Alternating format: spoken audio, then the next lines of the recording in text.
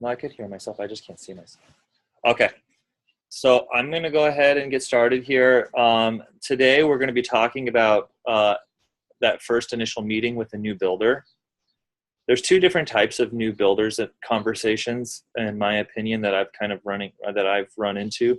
One is the type of person that is already a consumer of doTERRA products, already knows them and loves them and likes them. And then now you're going to have a conversation with them about the business.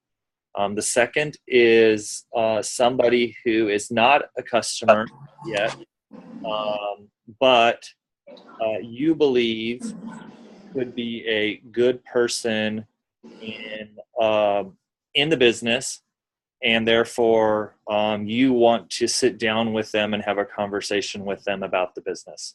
And so the same types of steps apply as enrolling somebody or pertain to enrolling somebody as does having a conversation with a potential new builder. So obviously there needs to be the invitation.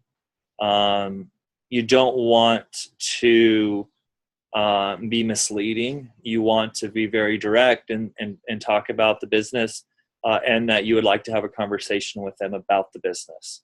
What I wouldn't do is ask them if they want to go out for a cup of coffee or something and then go bombard them about the business and try to talk them into it. It's better to set an expectation that that's what you're going to be discussing. Invite them to at least hear you out. You're going to present to them, similar to like a new enrollment, you're going to present to them about the business. Because like in pipes, right, there's prepare, invite, present, enroll, and support. Then you're going to not necessarily enroll them because they're already enrolled in that case, but you would, well, if it's somebody that's not enrolled, obviously, then they would need to be enrolled, and then you would support them. So what I'm going to do is go over kind of how I do it, because I've been having a lot of these meetings lately. And so what I have found that the conversations that I'm having tend to end up being more with people that are not involved with doTERRA. They do not have accounts.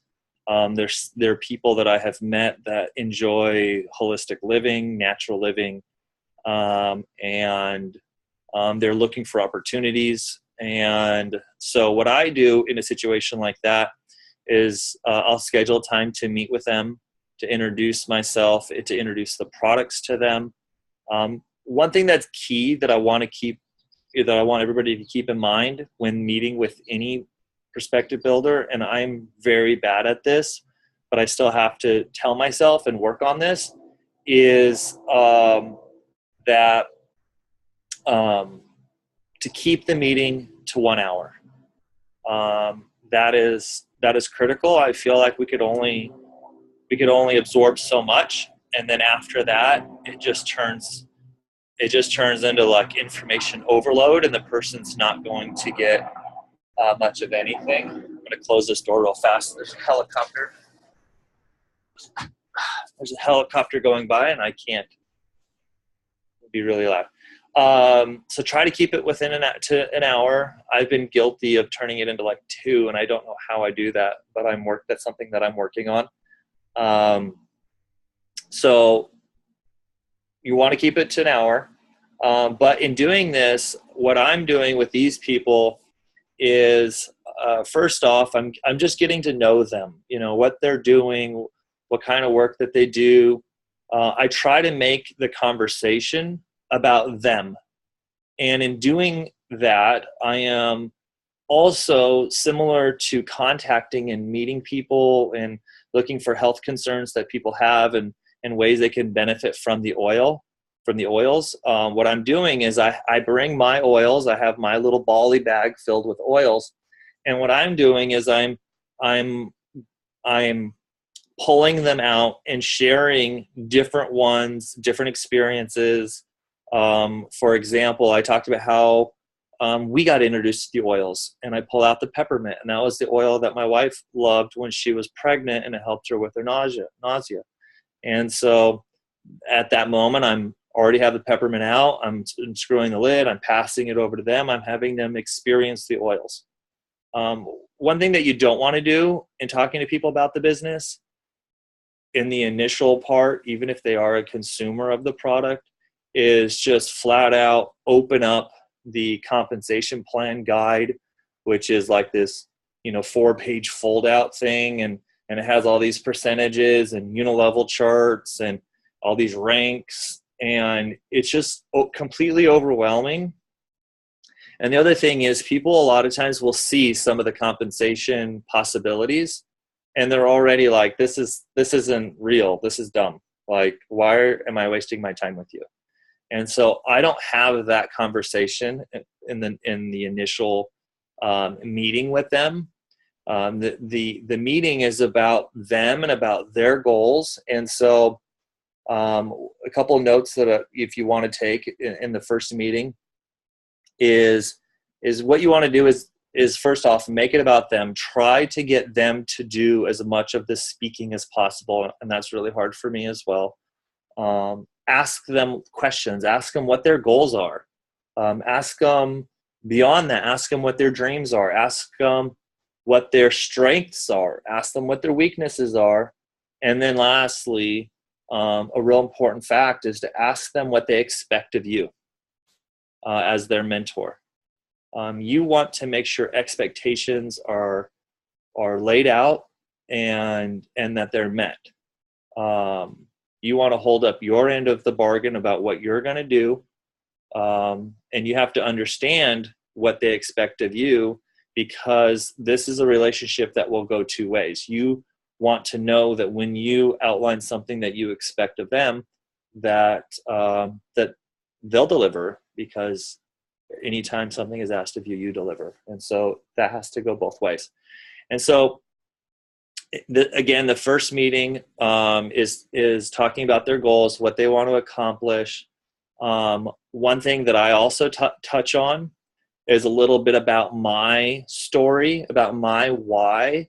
I don't talk about compensation like at all in this first conversation. I don't talk about any dollar figures. I completely eliminate that, and I make this really be about why I do it and the passion that I have for it, and the importance that is for me to live a natural and healthy lifestyle, and how it's become a passion of mine to share that with others. And people I know from meeting with people, that they feel that from me, that they feel like they're becoming part of something that is impactful. And whether or not they walk away deciding they want to do the business or not do the business, they absolutely walk away knowing that I am passionate about what I do and that I love what I do. And if that strikes a chord with them, then great. If it doesn't, that's okay too. I've learned that I can't treat every prospective builder as my next builder, because the fact of the matter is, when my wife and I decided to do this business, there was nobody that was going to stop us from doing this business. And those are the types of people that I'm looking for. I'm not looking for somebody that I have to hold their hand, somebody that I have to be their mom. And so that's actually one thing that I'm going to lead into next, is to know what your job is as a leader. And that is important in the beginning, because, M's on. Hey, Em, are you there? Can you hear me? Unmute yourself.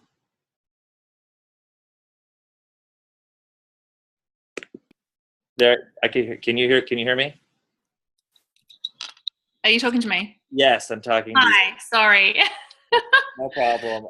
I warned everybody when I saw you pop on that I would stop myself in my tracks and make sure I knew that you... I do get that all the time. People just stopped in their tracks when I hop on. Yeah. The call.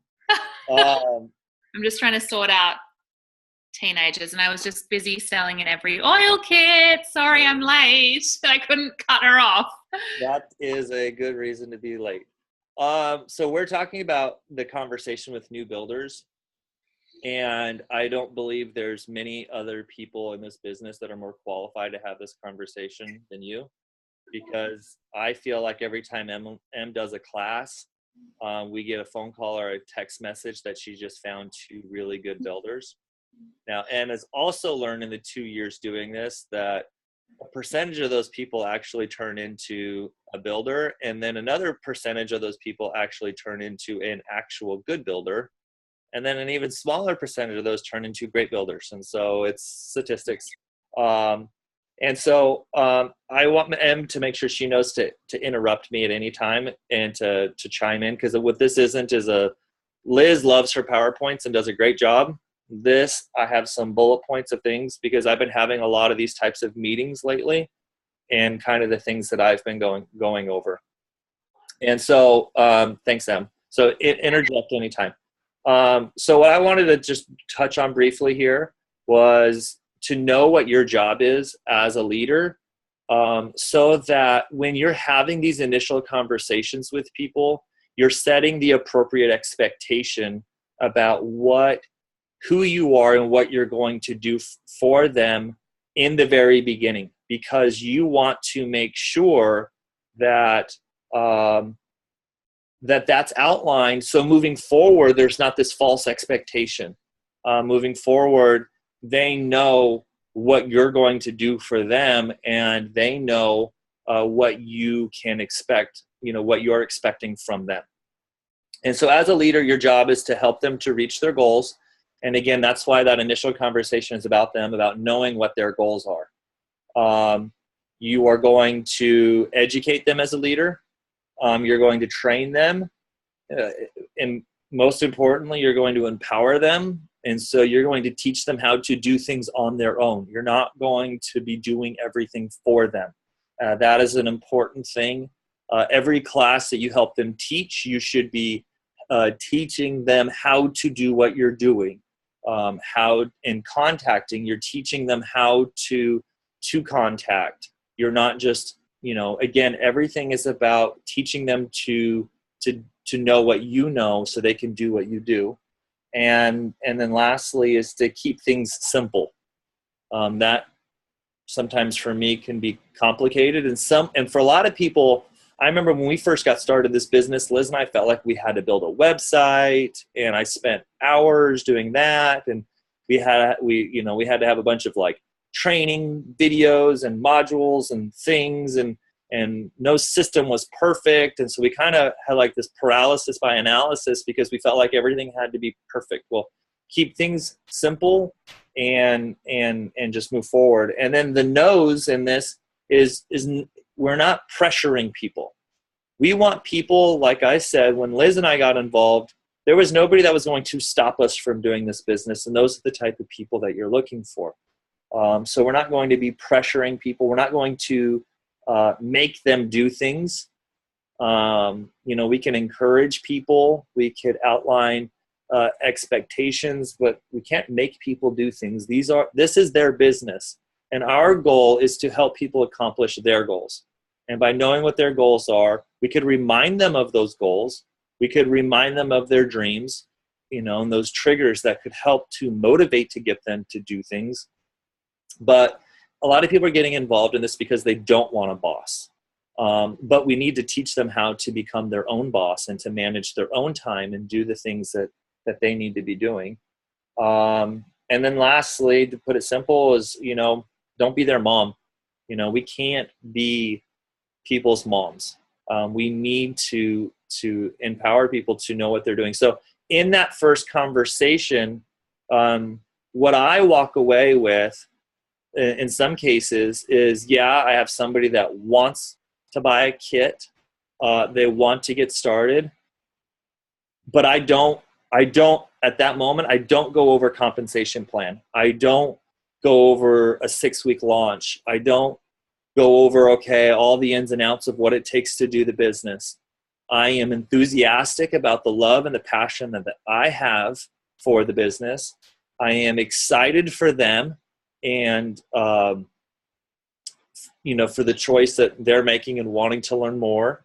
And in some cases, they're not that person, but they may know somebody that is, and they may recognize and say, you know what, based on what I'm hearing, I'm an introvert. Maybe I don't want to do this, but I have a sister that I think this would fall right down her alley, that she would love this, and that her personality, maybe this would be good for her. And so if you're authentic and you're passionate and you're excited, I think that will help people to reflect on if they're capable of doing this, because we're not judging people, but we want to set a realistic expectation about what it is that that you do in doing this business, so that they can actually succeed. Otherwise, what you're actually signing up is somebody that you're going to be spending a whole lot of time with that is not capable of doing this business. And that really is not a helpful way to grow your business. And for me, I just feel disingenuous. I met a lady who told me she wanted to do this business, and I said, okay, great. I went over with her the expectations, how this business works and why we do what we do. And she says, oh, well, do you think, I'm an introvert, she says. I don't know a lot of people. I don't have friends. I don't even like to leave my house. Is it possible to grow to do this? And to be honest, I honestly had to be completely honest with her. And I was like, I don't, unless you have like a really strong online presence and people know you and you have a large network, social network, digital network, maybe so. But if you're not willing to share and sample people and to invite them and to sit down with them, then you're not going to be successful at this business. And I just told her that. I didn't want to invest hours of training into somebody that I knew would not be successful. And so that first meeting, what I walk away with at the end is I create a plan at the end. I feel like this is important in walking away, that there's a plan of action, because I want to know who these people are and what they're capable of. So what I have them do is I ask them to, if they have something to take note on, ask them to make a list of 100 people. That's a basic thing. I feel like that if somebody is actually serious about doing this business, they have already started that list of 100 people while sitting there talking with me that first time in their head. They're like, I know so-and-so and so-and-so. So I say, okay, I want you to make a list of 100 people. I want you to put a star next to anybody you think is capable or may possibly be interested in doing this business. And I want you to text me when you're done making the list. I'm setting an expectation, and I'm also setting expectation for them to reach out to me, not for me to call them in 4 days or 3 days or a day and ask them if they made their list. I'm asking them to make the list, and I'm asking them to reach out to me. That's the way this business should work. You should be communicating with your upline. Your upline is not your mom. They should not be hounding you about what it is that you're doing.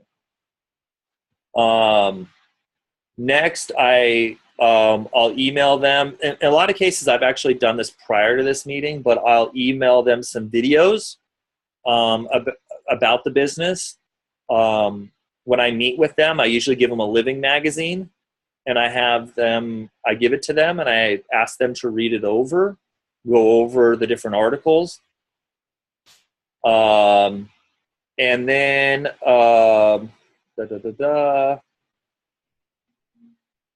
And then what I end with is I ask them to reach out to me in the next 24 to 48 hours to schedule our next meeting. I want them to schedule it with me. Again, to me, that is a big part of knowing what this person is capable of. And again, it's also setting the expectation that there are expectations in them communicating with me. I tell them that our greatest leaders and people in this business, there is a direct correlation in the people that have success in this business and the people that talk to their upline.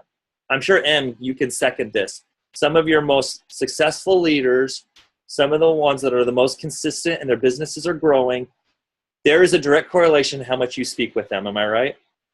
Yes, definitely. Definitely. And the ones that reach out to me as well. I mean, I don't reach out to people like, really. I mean, they know that I'm here for them. I spent a lot of time chasing people and like running behind them, like tapping them on the shoulder, like, and like what's happening. And now, you know, obviously I offer a lot of stuff online for them to all tap into, and I'm here for them. I'll respond to them if they reach out to me, but I'm at a point now where I'm not going to be chasing or harassing them to see what they're doing. Yeah, and it's just not effective. And it's not because M's time is so valuable that she's so busy doing other things. She has just learned the people that want it are going to be those that do it. And that they're going to be those that communicate with her. Those are going to be the people whose businesses grow and that will be successful. And so the other reason, and I was talking to Liz about this yesterday, the other reason I feel like it's so important is because for me, by default, when I walk down the street, I'm an introvert. I don't talk to people. I don't make eye contact with many people. I feel like most of the time people think I look like I want to fight them. Maybe I look mean. I don't know. I just don't talk to people. Or I don't want girls to think I'm checking them out. I don't know. I just put my head down and I walk. I don't want to talk to people. Well, I know, from example, when I got done doing a meeting with somebody and I was walking somewhere down the road and there was a mom with her kid in a stroller out front, because I just got done having a conversation, because that energy about what we do and why we do it was fresh in my head, I stopped and I spoke with that mom and talked to her about living in the neighborhood and yada, yada, yada. And so the point is, when you're talking to your upline, when you're talking to people about the business, you are now in a different mindset that you're more likely to think about contacting. You're going to think about sampling. Those things will just happen because you're actively engaged in the thought process of the business. If you're never talking to your upline, you'll find that, I haven't made any contacts because I just opportunities haven't been there. Well, I guarantee, unless you're locked in your house, opportunities were there. You just weren't in the mindset to actually do it.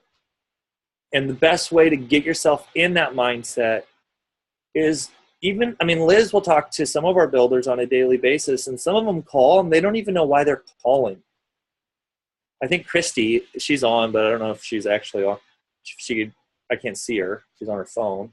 She'll call Liz, and I swear it's like they don't have anything to talk about, but it's just like that start of thought. Just it begins something, and that conversation leads to something. I know it leads to, again, like I'm saying, it just turns into that energy that will create momentum and create the ability to contact.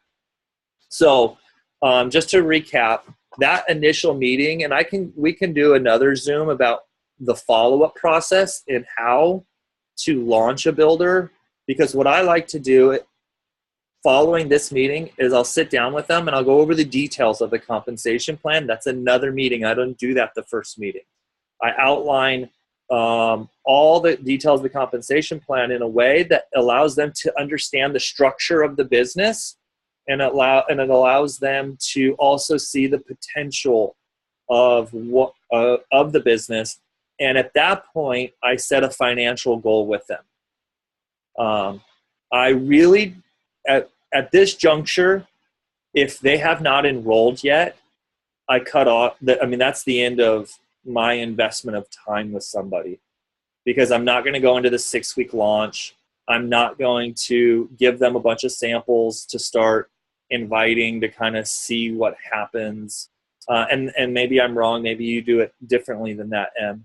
But I feel like if I've spent an hour with them and gone over, this first conversation, I spent another hour with them and going over the compensation plan and the potential, and they still have not enrolled. I have something to say. Yeah. So I feel like this can be a problem or an occurrence, because we get so excited when we think we have somebody that's going to build that we just, we want to feed them a bunch of information so that they stay excited. But it honestly needs to be coming from them. Like, you've given them an hour of your time.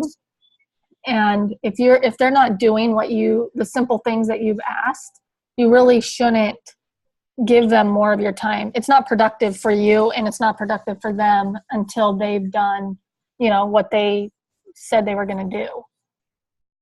Yeah. Yeah, you're absolutely right. And I'm totally guilty of this. I can't tell you how many meetings I've had with people where I end up doing like 3 or 4 Zooms with them. And it's like this, and I feel like I've not only spent a lot of my time, but I've also set an unrealistic expectation of what my support would be following if they were to decide to do this, because have babied them so much and have done so much, and they still have not even enrolled, right? Or done the basic things like that list of 100.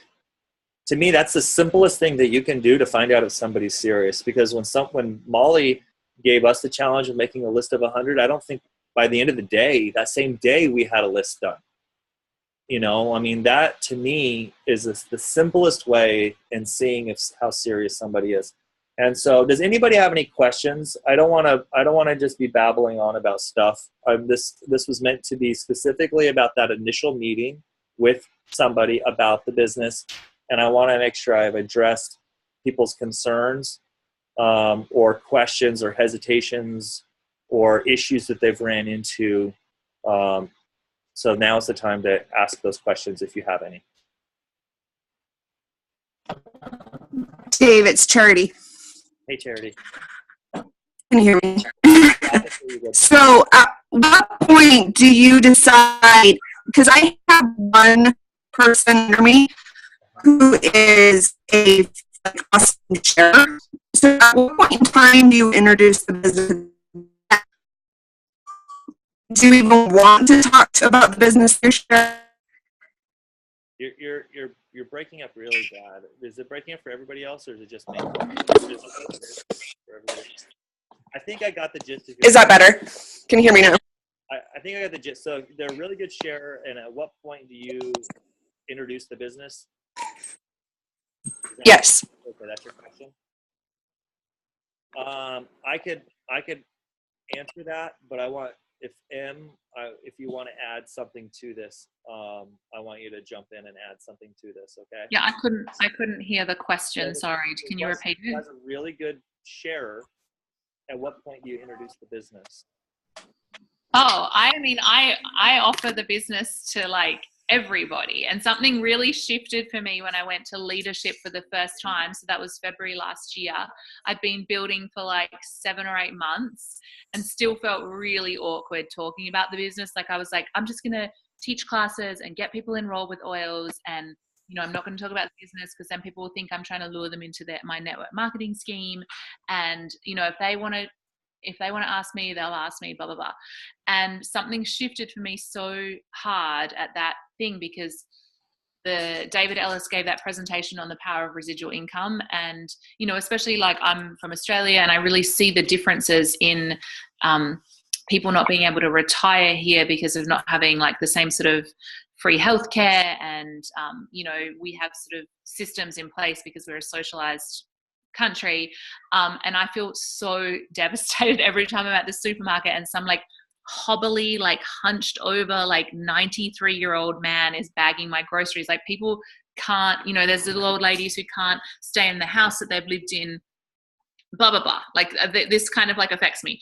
And anyway, so he was saying, like there are people every day, like on their knees asking for an answer for their health and their financial situation. Do we have something for them? And I was like, oh my goodness, yes, because this has changed my financial life so much that I can actually buy groceries now for my kids. And if they need a new pair of shoes, like I don't have to spend the whole day looking at all the thrift stores for some like off-cast shoes from some other kid. That I now speak about it to everybody without any, like, it's not about me. Like, so I'm not gonna make it about me feeling weird, because it's something amazing that I am gonna offer to everyone, because I don't know who needs it and who it's gonna speak to. And so I will always talk about it in a light and fun way and be like, oh my goodness, like if you really love your oils, like you could get them for free. Or I could teach you about how you can actually create $500 a month extra, like that could make a huge difference. Or you could really go all in like I have, and it's become my full-time job, and I'm, my husband doesn't have to work anymore. So I kind of like throw that little sentence out there to people that I'm talking to and see what they're like, what they pick up on. I have noticed, I mean, when I first started building, I thought, oh, when I'm diamond, I'll really be able to attract builders, because they'll see like, oh my goodness, you can make 10 grand a month doing this. And so I had that mindset of like, well, I can't attract good people or talk about the business until I'm really successful at this. And to be honest, like, I don't even really, you know, when I first went diamond, I started telling people like, you could make like $10,000 a month doing this. This is amazing. And that can actually like scare people off. So I scale it down to like, do you want to get your oils for free? You know, maybe you want to make $500 extra a month, or you want to turn this into a full-time business and your husband doesn't have to work anymore. So I'm not actually like putting a number out there unless they want to ask, or I'll show them the, you know, the build guide and be like, I built to diamond, like this is the level that I'm at, and now I'm working on like the next level, to make it real, but without like scaring them off with like this huge number that doesn't even seem real. I mean, this was me when Liz was in this very room with me 2 years ago, showing me the build guide and saying, like, look how much money you can make. It was not real to me at all. You know, I was living in poverty mindset. We had no money. Like, I didn't believe that was even a possibility. So I think it's important to really like keep it simple and scale it back and just see what people's interest levels are without going at it like full on hard. Like, you can, you know, make $100,000 a month as a presidential diamond. Like, that's just not going to work. Does that help? Don't know if I really answered the question, but if that helps a bit. I think that's an awesome way. And I thank you for sharing that, because it helped me even. One thing I want to add to that, Charity, it was something that, Kyle Kirschbaum did in a training a while ago. I may not love everybody's presentation style, but the content that he shared was critical for me, and how to talk about the business in an indirect way. And a simple way is for people don't relate to, and M basically said this, they don't relate to, you can make 10,000, you can make 30,000, you can make $100,000 a month. Like, they don't relate to that. That's just this crazy thing that's not real. They don't see themselves in that. Therefore, they're disinterested. What they do relate to is discomfort. They do relate to pain, or M talking about not being able to buy her kids shoes or buy groceries. We've known M for a long time, for more than 10 years. I don't know how many years it's been. And so when she's saying those things, oh yeah, Ivy was like, I remember her when she was like 2 years old. Yeah. I was giving her first candies, and her mom and dad were upset with me, but I was giving her candies in the back of the car because they were these hippie granolas that didn't allow their kids to eat candy because it was processed toxins that was going to cause cancer. And I just thought it was awesome to give her candies. She doesn't remember that, but I do. He's laughing. So one thing that he says, and this is the simplest way to talk about the business with somebody, especially if you're afraid and you know that person could be great, is to ask them, well, first off, to talk about a little bit about your experience and the pain that you've kind of gone through. And I don't mean pain, but I just mean discomforts of work, of living on a tight budget, and things, you know, things were hard. I enjoyed my work, but I couldn't really go on vacation. We didn't really have extra spending money. You know, things have really turned around for us. And what we're doing is we're looking for somebody who may be interested in learning more. So you're not, or, you know, interested in learning more about the business. So what you're doing is you're not saying, hey, you, Susan, do you want to do the business with me? You're actually asking Susan, you're talking about a little bit of the pain, but then you're asking Susan, do you know somebody who kind of is going through the same thing, that you think this would be an answer, that this would help them?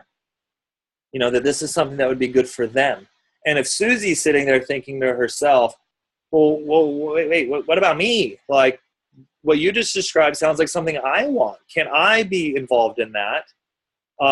What you've just done, especially if you're afraid of her saying no and then now being turned off and then now not wanting to be like your friend, or afraid to talk to you in the supermarket because you're afraid you're going to tackle them and try to get them to, you know, learn about the power of three and yada, yada, yada, and freak them all out, is you're asking them if they know somebody that may be interested in the business. And seriously, if that person has any desire to learn about the business, they'll think of themselves first. And so, have you had much success with that way, Em? Sorry, say that again, because I was multitasking. Have you had much success with talking about the business in the sense of asking somebody if they know somebody else that would be interested in the business? Yeah, I do think that's a really great approach. I should try it out more often. I mean, yes, and the person that I talk to about that normally decides that they want to build and put their friends underneath them, because I definitely have met some people who like want to get their oils, and then they're like curious about how this is working for me as a business. And so I tell them, and they're like, whoa, like that's amazing, blah, blah, blah. And then they're like, oh, I know this person that would be really great. This has happened to me just recently with 2 majorly awesome builders, because what they were doing was creating a tree of people that they knew needed this and would be good at this. And then I was like, dude, I'm going to put you in first, and then you can be on top of those friends of yours. And if you ever decide to do this, or, you know, who knows what will happen down the track, and you might want to have like these people structured underneath you, and then they end up building and going like great guns with it, because they've already networked and created a visual tree of who in their life would be really good at this and who would need it. Cool. Does that answer your question, Charity? Are you still with us? Yes, that's actually perfect. Thank you. Okay, anybody else have anything? No? Okay, great. Thanks, everybody. If you have any questions, or if you watched the video, you didn't do this live, and you have questions, just put them in the comments, because we're going to put this on the Facebook group. And Liz and I, or Em, or somebody else, whoever, could go ahead and comment with an answer. Reach out to us. We're here to help and support you guys. We know that this conversation can be a scary one, just because you're uncomfortable. But the best way to become comfortable with something is by practicing and doing it. And I'm tempted to share a funny story about that, but I won't. Thanks, everybody. Bye.